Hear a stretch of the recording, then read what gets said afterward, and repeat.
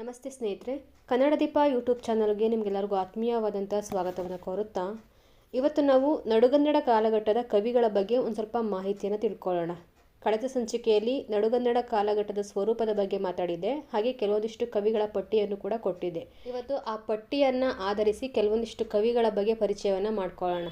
ನೋಡಿ, ನಾನು ಎಲ್ಲ ವಿಡಿಯೋದಲ್ಲೂ ಹೇಳ್ತಾನೆ ಇರ್ತೀನಿ, ಈ ಟಾಪಿಕ್ಗಳ ಬಗ್ಗೆ ನಾನು ಫುಲ್ ಡೀಟೇಲಾಗಿ ಹಳೆಯ ಸಂಚಿಕೆಯಲ್ಲಿ ಮಾತಾಡಿದ್ದೀನಿ. ಆದರೆ ಇಲ್ಲಿ ಮತ್ತೆ ಮಾತಾಡೋಂಥ ಉದ್ದೇಶ ಏನು ಅಂತಂದರೆ ಅದು ರಿವಿಷನ್ ಆಗಲಿ ನಿಮಗೆ ಅಂತ. ಮೇನ್ ಪಾಯಿಂಟ್ ಏನನ್ನು ಓದಬೇಕು, ಯಾವ ಕಡೆ ಜಾಸ್ತಿ ಗಮನ ಕೊಡಬೇಕು ಅನ್ನೋ ಕಾರಣಕ್ಕೋಸ್ಕರ ನಾನು ಈ ವಿಡಿಯೋಗಳನ್ನ ಮಾಡ್ತಿರೋವಂಥದ್ದು. ಮತ್ತು ವ್ಯೂಸ್ ಆಗಲಿ ಅಂತ ಇವರು ಹಳೆ ವಿಡಿಯೋಗಳನ್ನ ನೋಡಿ ಅಂತ ಹೇಳ್ತಿದ್ದಾರೆ ಅಂತ ಅಂದ್ಕೊಬೇಡಿ. ನಿಮಗೆ ವರ್ತ್ ಅನಿಸಿದ್ರೆ, ಒಳ್ಳೆ ಮಾಹಿತಿಯನ್ನು ಹೇಳ್ತಿದ್ದಾರೆ ಅಂತ ಅನಿಸಿದ್ರೆ ನೀವು ಹೋಗಿ ನೋಡಿ, ವಾಚ್ ಮಾಡಿ ಒಂದ್ಸತಿ, ಆಯಿತಾ?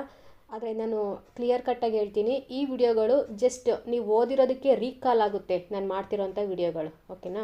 ಸರಿ, ಶುರು ಮಾಡೋಣ. ಚಂಪು ಕವಿಗಳ ಲಿಸ್ಟ್ ಕೊಟ್ಟಿದ್ದೆ ನಾನು. ಮೊದಲಿಗೆ ಹರಿಹರ ಕವಿ, ಇವರನ್ನು ರಗಳೆಯ ಕವಿ ಅಂತಲೂ ಕೂಡ ಕರೀತಾರೆ.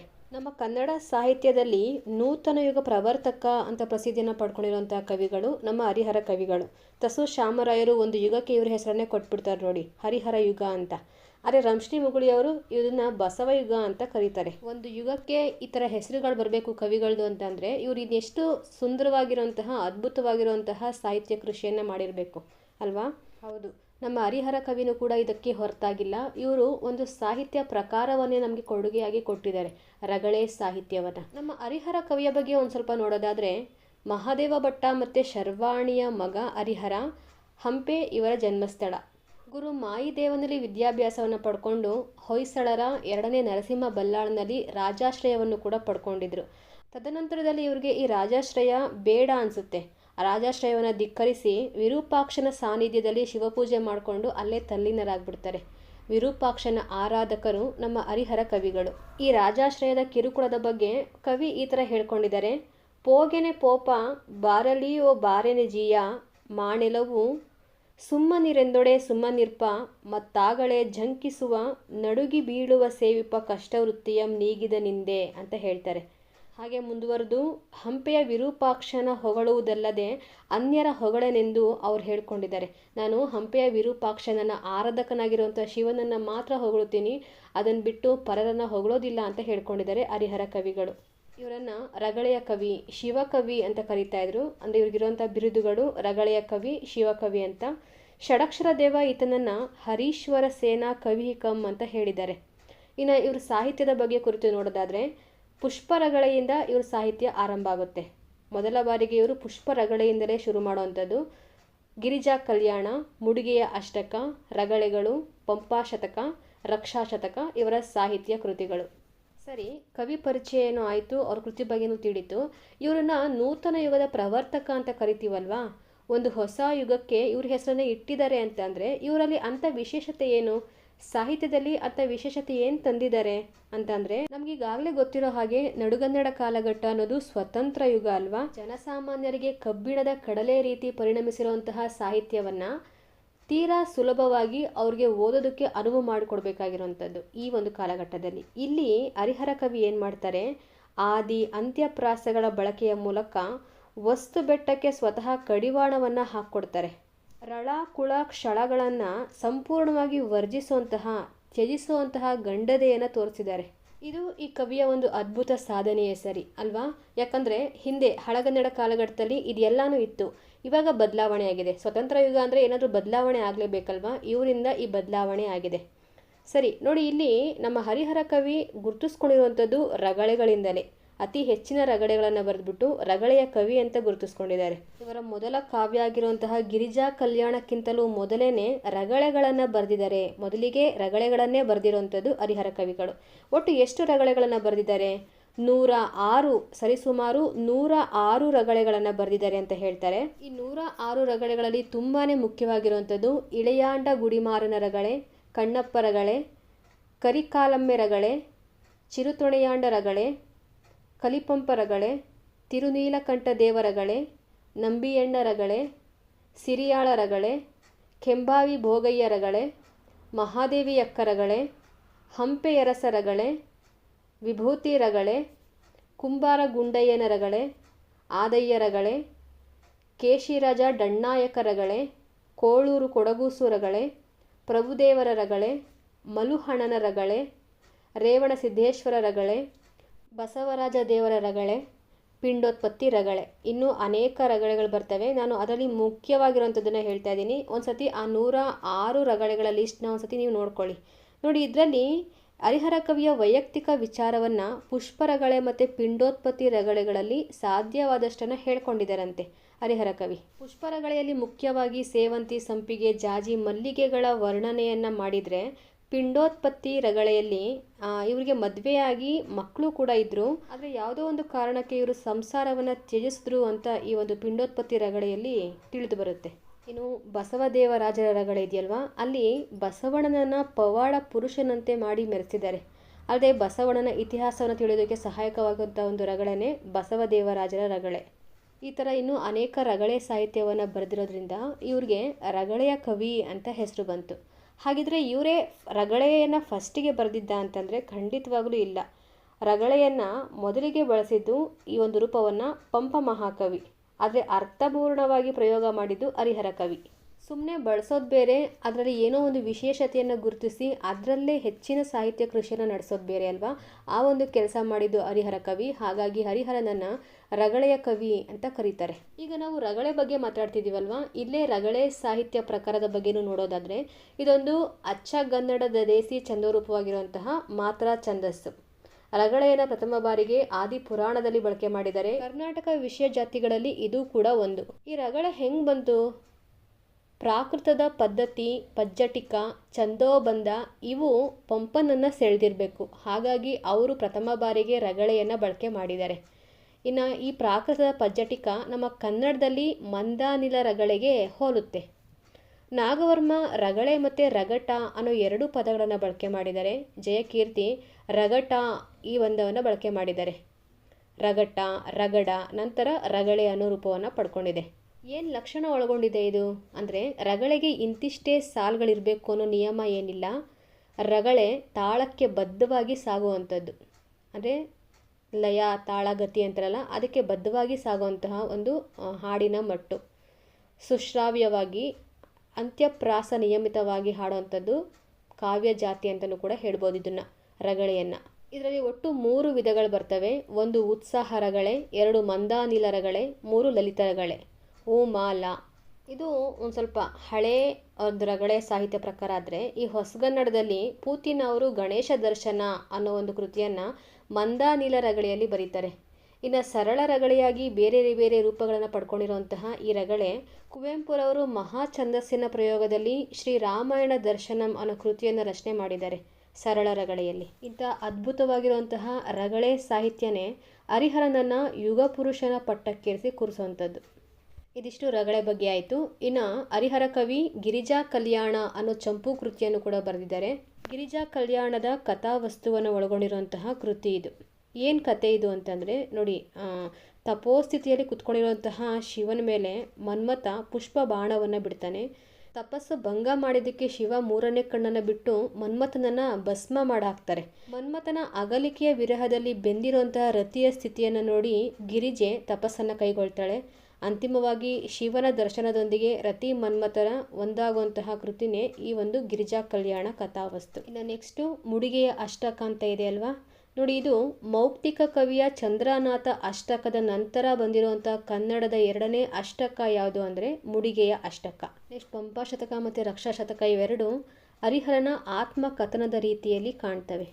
ಇದರಲ್ಲಿ ಪ್ರಶ್ನೆಗಳು ಯಾವ ಥರ ಆಗ್ಬೋದು ಅಂತಂದರೆ, ಪೋಗನೆ ಪೋಪ ಬಾರೆಲವೋ ಬಾರನೆ ಎಂದು ರಾಜಾಶ್ರಯ ವಿರೋಧಿಸಿದವರು ಯಾರು ಅಂತ ಕೇಳಿದಾಗ ನಾವು ಹರಿಹರ ಕವಿ ಅಂತ ಹಾಕಬೇಕು. ಇನ್ನು ರಳ ಕುಳ ಕ್ಷಳಗಳ ವರ್ಜನೆಯನ್ನು ಮಾಡಿದಂತಹ ಕವಿ ಯಾರು ಅಂತ ಕೇಳಿದ್ರೆ ಅದು ಕೂಡ ಹರಿಹರ ಕವಿನೇ. ಹರಿಹರ ಯುಗ ಅಂತ ಪ್ರತ್ಯೇಕ ಪ್ರಸ್ಥಾನವನ್ನು ಮಾಡಿದವರು ಯಾರು ಅಂತ ಕೇಳಿದ್ರೆ ಅದು ತಸು ಶಾಮರಾಯರು. ಅದೇ ಬಸವ ಯುಗ ಅಂತ ಪ್ರತ್ಯೇಕ ಪ್ರಸ್ಥಾನವನ್ನು ಮಾಡಿದವರು ಯಾರು ಅಂತ ಕೇಳಿದ್ರೆ ಅದು ರಂಶ್ರೀ ಮುಗುಳಿಯವರು. ಕಾಲ ವಿಭಾಗೀಕರಣದ ಬಗ್ಗೆ ಪ್ರಶ್ನೆ ಬರುತ್ತೆ ಈ ಥರ. ಪೂತಿನರವರ ಗಣೇಶ ದರ್ಶನ ಕೃತಿ ಯಾವ ರಗಳೆಯಲ್ಲಿ ರಚನೆಯಾಗಿದೆ ಅಂತ ಕೇಳಿದ್ರೆ ಅದು ಮಂದಾನಿಲ ರಗಳೆಯಲ್ಲಿ ರಚನೆಯಾಗಿರೋಂಥದ್ದು. ಇನ್ನು ಒಂದು ಸ್ವಲ್ಪ ರಗಳೆಗಳ ಎಲ್ಲ ಪಟ್ಟಿಗಳನ್ನು ನೋಡ್ಕೊಂಬಿಡಿ, ಯಾಕಂದರೆ ತುಂಬ ಸಲ ಎಕ್ಸಾಮಲ್ಲಿ ಕೇಳಿರ್ತಾರೆ ಇದು ಯಾರ ರಗಳೆ ಅಂತ ಕೇಳ್ತಾರೆ, ಅಥವಾ ಕೊಟ್ಟಿರೋಂಥ ರಗಳೆಗಳು ಯಾರಿಗೆ ಸಂಬಂಧಪಟ್ಟಿದ್ದಂತಲೂ ಕೂಡ ಕೇಳ್ತಾರೆ. ಇದಿಷ್ಟು ನಿಮ್ಗೆ ಅರ್ಥ ಆಯ್ತಲ್ವಾ? ಓದಿರೋದೆಲ್ಲ ನೆನಪಾಗಿರುತ್ತೆ. ಇದನ್ನೆಲ್ಲ ಕೇಳಾದ್ಮೇಲೆ ನಿಮಗೆ ಇನ್ನೂ ಹೆಚ್ಚಿನ ಮಾಹಿತಿ ನೆನಪಾಗಿರುತ್ತೆ ಅಂದ್ಕೊಂಡಿದ್ದೀನಿ. ಇನ್ನು ನೆಕ್ಸ್ಟು ರಾಘವಾಂಕ ಕವಿಗಳು. ಇವರನ್ನು ಉಭಯ ಕವಿ ಕಮಲರವಿ, ಕವಿಶರಭ ಬೇರುಂಡ, ಅದಟ ಕವಿ, ಸ್ವತಃ ತನ್ನನ್ನೇ ತಾನು ಹರಿಹರನ ವರಸುತ ಅಂತಲೂ ಕೂಡ ಕರ್ಕೊಂಡಿದ್ದಾರೆ. ಇವ್ರನ್ನ ಷಟ್ಪದಿಯ ಬ್ರಹ್ಮ ಅಂತ ಯಾಕೆ ಕರೀತಾರೆ ಅಂತಂದರೆ, ಇವರು ಬರೆದಿರುವಂತಹ ಕೃತಿಗಳೆಲ್ಲವೂ ಷಟ್ಪದಿಯಲ್ಲೇ ರಚನೆ ಆಗಿರೋಂಥದ್ದು. ಈತ ಉಭಯ ಕವಿ ಅಂದರೆ ಸಂಸ್ಕೃತ ಮತ್ತು ಕನ್ನಡ ಎರಡೂ ಭಾಷೆಗಳು ತುಂಬ ಚೆನ್ನಾಗಿ ಗೊತ್ತಿರುವಂಥ ಕವಿಗಳು, ಪರಿಣಿತಿಯನ್ನು ಪಡ್ಕೊಂಡಿದ್ರು. ಹಾಗಾಗಿ ಇವರನ್ನು ಉಭಯ ಕವಿ ಕಮಲರವಿ ಅಂತಲೂ ಕೂಡ ಕರೀತಾರೆ. ಪಂಡಿತೋತ್ತಮನಾದರೂ ಕೂಡ ಹರಿಹರನಂತೆ ಪ್ರತಿಭಾ ಪ್ರದರ್ಶನಕ್ಕೋಸ್ಕರ ಚಂಪು ಮೋಹದ ಬಲೆಗೆ ಬೀಳದೆ ತನ್ನೆಲ್ಲ ಗ್ರಂಥಗಳನ್ನು ಸಹಜವಾಗಿರುವಂಥ ದೇಸಿ ಪ್ರಭೇದವಾಗಿರೋ ಷಟ್ಪದಿಯಲ್ಲಿ ರಚನೆ ಮಾಡ್ತಾರೆ. ಹಾಗಾಗಿ ಇವರನ್ನು ಷಟ್ಪದಿಯ ಬ್ರಹ್ಮ, ರಾಘವಾಂಕ ಅಂತ ಕರೆಯೋದು. ಇವ್ರ ಸ್ಥಳ ಕೂಡ ಹಂಪೆನೇ ಆಗಿರುತ್ತೆ. ಇವ್ರ ಸೋದರ ಮಾವ ಹರಿಹರ, ತಂದೆ ಮಹಾದೇವ ಭಟ್ಟ, ತಾಯಿ ರುದ್ರಾಣಿ. ಸೋದರ ಮಾವ ಮತ್ತು ಗುರು ಹರಿಹರ. ಮಾವನಂತೆ ಇವರು ಕೂಡ ವಿರೂಪಾಕ್ಷನ ಪರಮ ಭಕ್ತರಾಗಿರ್ತಾರೆ ರಾಘವಾಂಕ ಕವಿಗಳು. ಇವರ ಸಾಹಿತ್ಯ ಕೃಷಿಯನ್ನು ನೋಡೋದಾದರೆ ವಾರ್ಧಕ ಷಟ್ಪದಿಯಲ್ಲಿ ಹರಿಶ್ಚಂದ್ರ ಕಾವ್ಯ, ವಾರ್ಧಕ ಷಟ್ಪದಿಯಲ್ಲಿ ಸಿದ್ಧರಾಮ ಪುರಾಣ, ವಾರ್ಧಕ ಷಟ್ಪದಿಯಲ್ಲೇ ಸೋಮನಾಥ ಚರಿತೆ, ಉದ್ದಂಡ ಷಟ್ಪದಿಯಲ್ಲಿ ವೀರೇಶ ಚರಿತೆ, ಶರಭ ಚರಿತೆ, ಹರಿಹರ ಮಹತ್ವ ಅನ್ನೋ ಕೃತಿಗಳನ್ನ ರಚನೆ ಮಾಡಿದ್ದಾರೆ. ಇದರಲ್ಲಿ ಹರಿಹರ ಮಹತ್ವ ಕೃತಿ ನಮಗೆ ಸಿಕ್ಕಿಲ್ಲ. ಶರಭ ಚರಿತ್ರೆ ಸಿಕ್ಕಿದೆ, ಅದೇ ಪ್ರಕಟ ಆಗಿಲ್ಲ. ಇನ್ನು ಉಳಿದಿರೋದು 4: ಹರಿಶ್ಚಂದ್ರ ಕಾವ್ಯ, ವೀರೇಶ ಚರಿತೆ, ಸಿದ್ಧರಾಮ ಪುರಾಣ ಮತ್ತು ಸೋಮನಾಥ ಚರಿತೆ.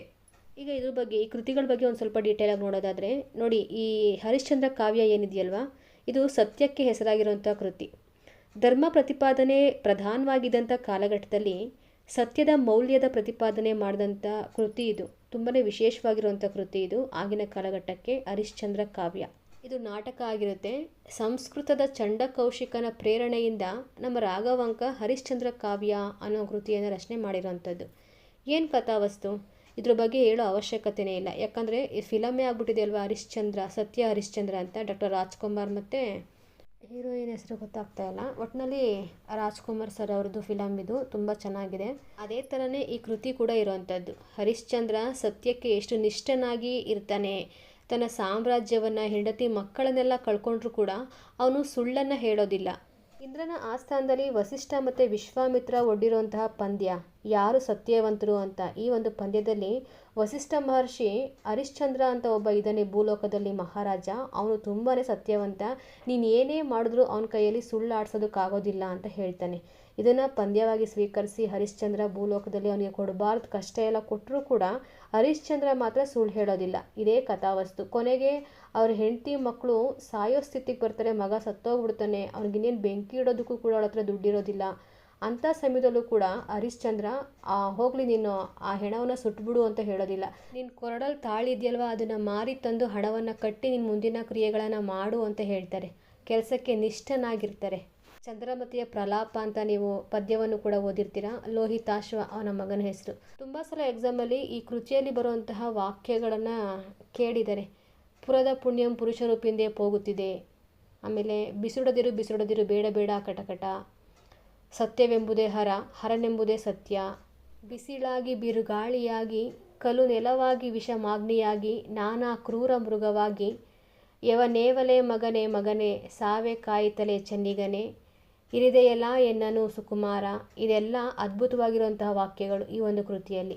ಇನ್ನು ನೆಕ್ಸ್ಟು ವೀರೇಶ ಚರಿತೆ ನೋಡಿ. ಉದ್ದಂಡ ಷಟ್ಪದಿ ಅನ್ನೋ ಒಂದು ಹೊಸ ಪ್ರಯೋಗವನ್ನು, ಷಟ್ಪದಿಯಲ್ಲಿ ಹೊಸ ಪ್ರಯೋಗವನ್ನು ತಗೊಂಬರ್ತಾರೆ ರಾಘವಾಂಕ. ಪ್ರಶ್ನೆ ಆಗುತ್ತೆ, ಉದ್ದಂಡ ಎಂಬ ಹೊಸ ಷಟ್ಪದಿ ಪ್ರಯೋಗಿಸಿದವರು ಯಾರು ಅಂತ ಕೇಳಿದ್ರೆ ಅದು ರಾಘವಾಂಕ ಕವಿ. ಯಾವ ಕೃತಿ ಅಂತ ಕೇಳಿದ್ರೆ ವೀರೇಶ ಚರಿತೆ. ಇನ್ನೂ ಕೇಳ್ತಾರೆ ವೀರೇಶ ಚರಿತೆ ಅನ್ನೋದು ಏನು ಅಂತಂದರೆ ಅದೊಂದು ಮೀಸಲು ಗವಿತೆ ಅಂತಲೂ ಕೂಡ ಕರೀತಾರೆ. ವೀರೇಶ ಚರಿತೆಯನ್ನು ಮೀಸಲು ಗವಿತೆ ಅಂತಲೂ ಕೂಡ ಕರೀತಾರೆ. ಈ ಕೃತಿಯ ಕಥಾವಸ್ತು ಏನು? ದಕ್ಷನ ಯಜ್ಞವನ್ನು ವೀರಭದ್ರ ನಾಶ ಮಾಡುವಂತಹ ಕಥಾವಸ್ತುವನ್ನು ಒಳಗೊಂಡಿರೋದೇ ವೀರೇಶ ಚರಿತೆ. ಇನ್ನು ನೆಕ್ಸ್ಟ್ ಸಿದ್ಧರಾಮ ಚರಿತೆ ಅಂತ ಇದೆಯಲ್ವಾ, ಇದು ವಾರ್ಧಕ ಷಟ್ಪದಿಯಲ್ಲಿ ರಚನೆಯಾಗಿದೆ. ಸೊನ್ನಲಿಗೆ ಸಿದ್ಧರಾಮ ಇದರ ಕಥಾನಾಯಕ. 9 ಸಂಧಿಗಳುಳ್ಳ ಒಂದು ಪುಟ್ಟ ಕಾವ್ಯ ಇದು. ಸಿದ್ಧರಾಮನ ಜನನ, ಬಾಲ್ಯ, ಸಿದ್ಧಕರ್ಮಯೋಗಿಯಾದ ವ್ಯಕ್ತಿತ್ವವನ್ನು ವೈಶಾಲ್ಯವಾಗಿ ವಿವರಿಸುವಂತಹ ಒಂದು ಕೃತಿ ಇದು. ನೆಕ್ಸ್ಟು ಸೋಮನಾಥ ಚರಿತೆ ಅಂತ ಇದೆಯಲ್ವಾ, ಇದು ವಾರ್ಧಕ ಷಟ್ಪದಿಯಲ್ಲಿ ರಚನೆಯಾಗಿರುವಂಥದ್ದು. ಇದಕ್ಕೆ ಪ್ರೇರಣೆ ಹರಿಹರ ಕವಿ ಬರೆದಿರುವಂತಹ ಆದಯನ ರಗಳೆ ಸೋಮನಾಥ ಚರಿತ್ರೆಗೆ ಪ್ರೇರಣೆಯಾಗಿರುವಂಥದ್ದು. ಸೌರಾಷ್ಟ್ರದ ಶಿವಭಕ್ತನಾಗಿರುವಂತಹ ಆದಯ್ಯ ಪುಲಿಗೆರೆಗೆ ಬಂದು ಸೌರಾಷ್ಟ್ರದಿಂದ ತಂದಿರುವಂತಹ ಸೋಮನಾಥನನ್ನು ಪ್ರತಿಷ್ಠಾಪಿಸಿ ಪವಾಡ ಮೆರೆದಿರುವಂತಹ ಕೃತಿ ಇದು. ಜೈನರನ್ನು ಶಿವಭಕ್ತರನ್ನಾಗಿಸಿರುವಂತಹ ಕೃತಿ ಇದು. ಇದಿಷ್ಟು ರಾಘವಾಂಕನ ಬಗ್ಗೆ ಇರುವಂತಹ ಸಂಕ್ಷಿಪ್ತ ಮಾಹಿತಿ. ಇಲ್ಲಿ ಯಾವ ಥರ ಪ್ರಶ್ನೆ ಆಗ್ಬೋದು ಅಂತಂದರೆ, ಕೆಲವೊಂದಿಷ್ಟು ಕೃತಿಗಳನ್ನು ಕೊಟ್ಬಿಟ್ಟು ಈ ಕೆಳಗಿನ ರಾಘವಾಂಕನ ಕೃತಿಗಳಲ್ಲಿ ಯಾವುದು ಲಭ್ಯವಾಗಿಲ್ಲ ಅಂತ ಕೊಡ್ತಾರೆ. ಹರಿಹರ ಮಹತ್ವ ಲಭ್ಯವಾಗಿಲ್ಲ. ಶರಭಚರಿತ್ರೆ ಸಿಕ್ಕಿದೆ ಆದರೆ ಪ್ರಕಟ ಆಗಿಲ್ಲ. ಲಭ್ಯವಾಗಿಲ್ಲ ಅಂತಂದರೆ ಹರಿಹರ ಮಹತ್ವ ಲಭ್ಯವಾಗಿಲ್ಲ. ಉದ್ದಂಡ ಷಟ್ಪದಿಯನ್ನು ಬಳಕೆ ಮಾಡಿದ್ದು ಯಾರು ಅಂತ ಕೇಳಿದ್ರೆ ಅದು ರಾಘವಾಂಕ ಕವಿ ಅಂತ ಬರೀಬೇಕು. ಇನ್ನು ಮೀಸಲು ಗವಿತೆ ಬಗ್ಗೆ ಪ್ರಶ್ನೆ ಬಂದರೆ ಅದು ಕೂಡ ರಾಘವಾಂಕ ಕವಿನೇ. ಷಟ್ಪದಿಯ ಬ್ರಹ್ಮ ಅದು ಕೂಡ ರಾಘವಾಂಕ ಕವಿನೇ. ತನ್ನನ್ನು ತಾನು ಹರಿಹರನ ವರಸುತ ಅಂತ ಕರ್ಕೊಂಡಿರೋದು ಯಾರು ಅಂದರೆ ರಾಘವಾಂಕ ಕವಿ. ರಾಘವಾಂಕನ ಚರಿತ್ರಕಾರ ಸಿದ್ಧನಂಜೇಶ, ಮರಿಬೇಡಿ, ರಾಘವಾಂಕನ ಚರಿತ್ರಕಾರ ಸಿದ್ಧನಂಜೇಶ. ಇನ್ನು ನೆಕ್ಸ್ಟ್ ಜನ್ನ ಕವಿ. ಇವರನ್ನು ಜನ್ನಿಗ, ಜನ್ನಯ್ಯ, ಜನ್ನಮರಸ, ನಾಳ್ಪ್ರಭು ಜನಾರ್ದನ ದೇವ ಅಂತ ಸ್ವತಃ ತನ್ನನ್ನು ತಾನೇ ಕರ್ಕೊಂಡಿದ್ದಾರೆ. ಸುಮನೋಬಾಣ ಅಥವಾ ಶಂಕರ ಇವರ ತಂದೆಯಾಗಿದ್ದರು. ಎರಡನೇ ನಾಗವರ್ಮ ಇವರ ವಿದ್ಯಾಗುರುಗಳು. ಸೂಕ್ತಿ ಸುಧಾರಣವ ಬರೆದಿರುವಂತಹ ಮಲ್ಲಿಕಾರ್ಜುನ ಇವರ ಭಾವ ಆದರೆ, ಶಬ್ದಮಣಿ ದರ್ಪಣ ಕೃತಿ ಬರೆದಿರುವಂತಹ ಕೇಶಿರಾಜ ಕವಿ ಸೋದರಳಿಯ. ಇಂಥ ವಿದ್ವತ್ಪೂರ್ಣ ಬಾಂಧವ್ಯದಲ್ಲಿ ಬೆಳೆದಿರುವಂತಹ ನಮ್ಮ ಜನ್ನ ಕವಿಗೆ ಆಶ್ರಯವನ್ನು ಕೊಟ್ಟಿರುವಂಥದ್ದು ಹೊಯ್ಸಳರ ವೀರ ಬಲ್ಲಾಳ. ಇವರೇ ಈ ಕವಿಗೆ ಕವಿ ಚಕ್ರವರ್ತಿ ಅಂತ ಬಿರುದು ಕೂಡ ಕೊಡ್ತಾರೆ. ಕವಿ ಚಕ್ರವರ್ತಿಗಳಲ್ಲಿ ಪೋರಾಜ, ಪೊನ್ನ, ರನ್ನ, ಜನ್ನ. ನಾಡಿನ ಚಕ್ರವರ್ತಿಯಿಂದಲೇ ಕವಿ ಚಕ್ರವರ್ತಿ ಅನ್ನೋ ಬಿರುದನ್ನು ಪಡ್ಕೊಂಡಿರೋವಂಥದ್ದು. ನೋಡಿ, ರಾಜಾಶ್ರಯ ದೃಷ್ಟಿಯಿಂದಲೂ ಜನ್ನ ತುಂಬಾ ಅದೃಷ್ಟವಂತ ಆಗಿದ್ರು ಅಲ್ವಾ. ನಿಂದಿರೆ ದಂಡಾಧೀಶಂ, ಕುಳ್ಳಿರೆ ಮಂತ್ರಿ, ತೋಂಡಕೆ ಕವಿ, ನಾಳ್ಪ್ರಭು ಜನಾರ್ದನ ದೇವನಾಗಿ ಬಿರುದಾಂಕಿತರಾಗಿದ್ದರು. ಬಹುಮುಖ ಪ್ರತಿಭೆಯುಳ್ಳಂತಹ ಕವಿ ನಮ್ಮ ಜನ್ನ. ಇವರು ಬರೆದಿರುವಂಥ ಕೃತಿಗಳು ಯಾವ್ಯಾವುದು ಅಂತಂದರೆ, 1 ಯಶೋಧರ ಚರಿತೆ, 2 ಅನಂತನಾಥ ಪುರಾಣ, 3 ಅನುಭವ ಮುಕುರ. ಇವರು ಸಹೃದಯರು ಮತ್ತು ನಿಂದಕರ ಬಗ್ಗೆಯೂ ಕೂಡ ಮಾತಾಡಿದ್ದಾರೆ. ಸಹೃದಯರ ಬಗ್ಗೆ, ಅವರ ಅಗತ್ಯತೆಗಳ ಬಗ್ಗೆ, ಕಟ್ಟಿಯುವಮೇನೋ ಮಾಲೆಗಾರನು ಹೊಸ ಬಾಸಿಗಂ, ಮುಡಿವ ಭೋಗಿಗಳಿಲ್ಲದೆ ಬಾಡಿ ಹೋಗುದೆ ಅಂತ ಹೇಳ್ತಾರೆ. ಇನ್ನು ನಿಂದಕರ ಬಗ್ಗೆ, ಬೇಸರವಿಲ್ಲ ನನಗೆ. ಯಾಕೆ ಬೇಸರವಿಲ್ಲ ಅಂತಂದರೆ, ಬಾಳ್ವ ಮನೆಗೊಂದು ಬೊಗಳುವುದು ವೇಳ್ಕುಂ ಅಂತ ಹೇಳ್ತಾರೆ. ಬಾಳೋ ಮನೆಗೆ ಒಂದು ಬೊಗಳೋದು ಏನಾದರೂ ಬೇಕು ಅಂತ ಹೇಳೋ ಅರ್ಥ ಇದು. ಇನ್ನು ಕೃತಿ ವಿಚಾರಕ್ಕೆ ಬಂದರೆ, ವೀರ ಬಲ್ಲಾಳನ ಕಾಲಘಟ್ಟದಲ್ಲಿ ಯಶೋಧರ ಚರಿತೆಯನ್ನು, ನರಸಿಂಹನ ಕಾಲಘಟ್ಟದಲ್ಲಿ ಅನಂತನಾಥ ಪುರಾಣ ಕಾವ್ಯಗಳನ್ನು ಬರೆದಿದ್ದಾರೆ. ಅನುಭವ ಮುಕುರ ಅನ್ನೋ ಕಾಮಶಾಸ್ತ್ರ ಗ್ರಂಥವನ್ನು ಕೂಡ ಬರೆದಿದ್ದಾರೆ. ಆದರೆ ಇದು ಸಿಕ್ಕಿಲ್ಲ. ಪಂಪನ ರೀತಿಯೇ ಜನ್ನ ಕೂಡ ಲೌಕಿಕ ಮತ್ತು ಧಾರ್ಮಿಕ ಅನ್ನೋ ಎರಡೂ ವಿಭಾಗದಲ್ಲೂ ಕೂಡ ಕೃತಿಗಳನ್ನ ರಚನೆ ಮಾಡಿದ್ದಾರೆ. ಮೊದಲಿಗೆ ಯಶೋಧರ ಚರಿತೆ, ಸಂಸ್ಕೃತದ ವಾದಿರಾಜ ಬರೆದಿರುವಂತಹ ಯಶೋಧರ ಚರಿತೆಯನ್ನು ಆಧಾರವಾಗಿಟ್ಕೊಂಡು ಜನ್ನ ಕವಿ ಯಶೋಧರ ಚರಿತೆ ಅಂತ 4 ಅಧ್ಯಾಯಗಳು 310 ಪದ್ಯಗಳಲ್ಲಿ, ಕಂದ ಪದ್ಯಗಳಲ್ಲಿ ರಚನೆ ಮಾಡಿದ್ದಾರೆ. ಜೀವದಯ ನೋಂಪಿಗೆ ಸಂಬಂಧಿಸಿರುವಂತಹ ಅಹಿಂಸಾ ತತ್ವ ನಿರೂಪಿಸುವಂತಹ ಈ ಕೃತಿಯಲ್ಲಿ ಜನ್ಮಾಂತರಗಳ ದೈಹಿಕ ಮಾನಸಿಕ ಹಿಂಸೆಯ ಕಥನ ಅಡಕಾಗಿದೆ. ವೈರಾಗ್ಯದ ಹಿನ್ನೆಲೆಯಲ್ಲಿ ಇದಕ್ಕೆ ಕಾರಣವಾಗುವಂತಹ ವಿಕೃತ ಕಾಮದ ಕಥೆಯನ್ನು ಈ ಒಂದು ಕೃತಿ ಒಳಗೊಂಡಿದೆ. ಕೇವಲ ಸಂಕಲ್ಪ ಮಾತ್ರದಿಂದಲೇ ಹಿಂಸೆಯನ್ನೆಸಗಿದಂತಹ ಕೃತ್ಯಕ್ಕೆ ಹಲವು ಜನ್ಮಗಳಲ್ಲಿ ಭವಾವಳಿಗಳಲ್ಲಿ ಸಿಲುಕಿ ಕೊನೆಗೆ ಕರ್ಮದಿಂದ ಬಿಡುಗಡೆ ಹೊಂದುವಂತಹ ಕತೆ. ಅಮೃತಮತಿಯ ಗಂಡ ಯಶೋಧರ ಮತ್ತು ಅವನ ತಾಯಿ ಈ ಒಂದು ಹಿಟ್ಟಿನ ಕೋಳಿಯನ್ನು ಬಲಿ ಕೊಡೋದಕ್ಕೋಗಿ ಸಂಕಲ್ಪ ಮಾತ್ರದಿಂದಲೇ ಹಿಂಸೆಯನ್ನು ಎಸಗಿರುವಂಥವ್ರು. ಇನ್ನು ಮೇನ್ ಕ್ಯಾರೆಕ್ಟರೇ ಅಮೃತಮತಿ ಅಲ್ವಾ. ಹೆಣ್ಣಿನ ನಿಷಿದ್ಧ ಕಾಮದ ಪ್ರತೀಕ ಆಕೆ. ಅಮೃತಮತಿಯ ವಿಕೃತ ಪ್ರಣಯ ಸಂಪೂರ್ಣ ಕತೆಗೆ ಒಂದು ಪೂರಕವಾಗಿ ನಿಂತ್ಕೊಳ್ಳುತ್ತೆ. ಆಧಾರ ಸ್ತಂಭವಾಗಿ ಈಕೆ ನಿಂತ್ಕೊತಾಳೆ. ಇದೇ ಯಶೋಧರ ಚರಿತೆ. ಈ ಒಂದು ಕೃತಿಯಲ್ಲೂ ಕೂಡ ಕೆಲವೊಂದು ಪದ್ಯಗಳು ತುಂಬಾ ಮುಖ್ಯವಾಗಿರುವಂಥದ್ದು. ಸಾಲುಗಳು ಒಂದ್ಸತಿ ನೋಡ್ಕೊಳ್ಳಿ. ಫಾರ್ ಎಕ್ಸಾಂಪಲ್, ಮನಸ್ಸಿಜನ ಮಾಯೆ ವಿಧಿ ವಿಳಸನ, ಆಗಳ್ ಬಾಳ್ ನಿಮಿರ್ದುದು ತೋಳ್ ತೂಗಿದುದು, ಬೆಂದ ಬಿದಿಗೆ ಕಣ್ಣಿಲ್ಲಕ್ಕುಂ, ಈ ಥರದವೆಲ್ಲ ತುಂಬಾ ಪ್ರಮುಖವಾಗಿರುವಂತಹ ವಾಕ್ಯಗಳು ಬರ್ತವೆ. ನೋಡ್ಕೊಳ್ಳಿ ಆಯಿತಾ. ಇನ್ನು ಇದಾದಮೇಲೆ ಅನಂತನಾಥ ಪುರಾಣ ಅಂತ ಮತ್ತೊಂದು ಕೃತಿಯನ್ನು ಬರೀತಾರೆ. ಚಂಪೂ ಕೃತಿ, ಧಾರ್ಮಿಕ ಕಾವ್ಯ ಇದು. ಒಟ್ಟು 14 ಆಶ್ವಾಸಗಳಲ್ಲಿ ಸಂಸ್ಕೃತದ ಗುಣಭದ್ರಾಚಾರ್ಯರು ಬರೆದಿರುವಂತಹ ಉತ್ತರ ಪುರಾಣ ಮತ್ತು ಚಾವುಂಡರಾಯ ಪುರಾಣವನ್ನು ಆಧರಿಸಿ ಬರೆದಿರುವಂಥದ್ದೇ ಜನ್ನನ ಅನಂತನಾಥ ಪುರಾಣ. 14ನೇ ತೀರ್ಥಂಕರರ ಚರಿತ್ರೆಯನ್ನು ಒಳಗೊಂಡಿರುವಂತಹ ಜೈನ ಪುರಾಣ ಆಗಿರುತ್ತೆ.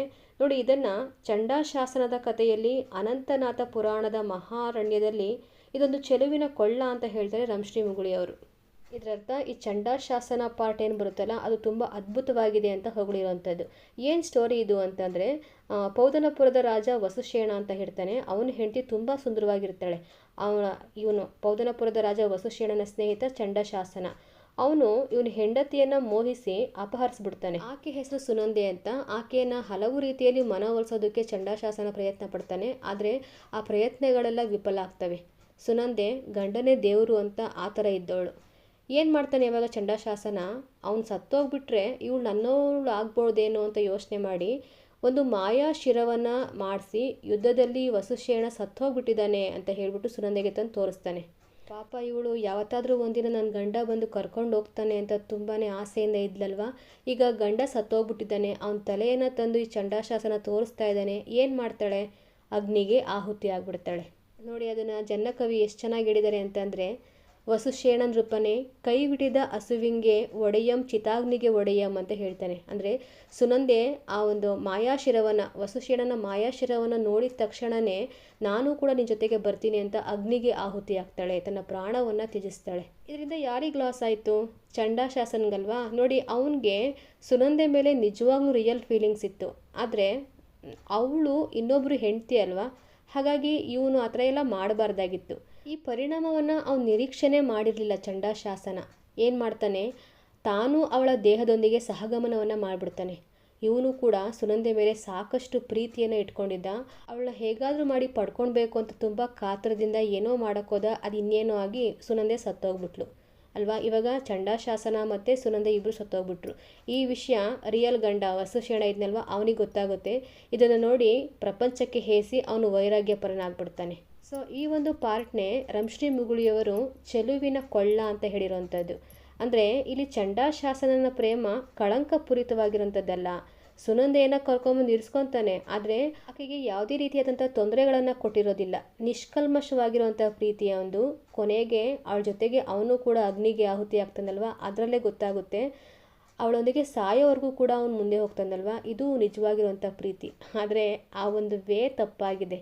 ಬೇರೆಯವ್ರ ಹೆಂಡತಿ ಮೇಲೆ ಇಷ್ಟೊಂದು ಪ್ರೀತಿ ಚೆನ್ನಾಗಿರೋದಿಲ್ಲ. ಆದರೂ ಕೂಡ ಪ್ರೀತಿಯ ಪಾವಿತ್ರತೆಯ ಬಗ್ಗೆ ಇಲ್ಲಿ ಹೇಳಿದ್ದಾರೆ. ಹಾಗೆ ಮತ್ತೊಂದು ಇವರ ಕೃತಿ ಅನುಭವ ಮುಕುರ ಅನ್ನೋದು, ಇದೊಂದು ಕಾಮಶಾಸ್ತ್ರ ಕೃತಿ. ಮುಂದಿನ ಕವಿ ನೇಮಿಚಂದ್ರ ಕವಿ. ನೋಡಿ ಇವರು ಭಾರತೀ ಚಿತ್ತಚೋರ, ಕವಿರಾಜ ಕುಂಜರ, ಚತುರ್ಭಾಷಾ ಚಕ್ರವರ್ತಿ, ಕವಿ ಧವಳ, ಕವಿರಾಜ ಮಲ್ಲ ಅನ್ನೋ ಬಿರುದುಗಳನ್ನು ಪಡ್ಕೊಂಡಿದ್ದಾರೆ.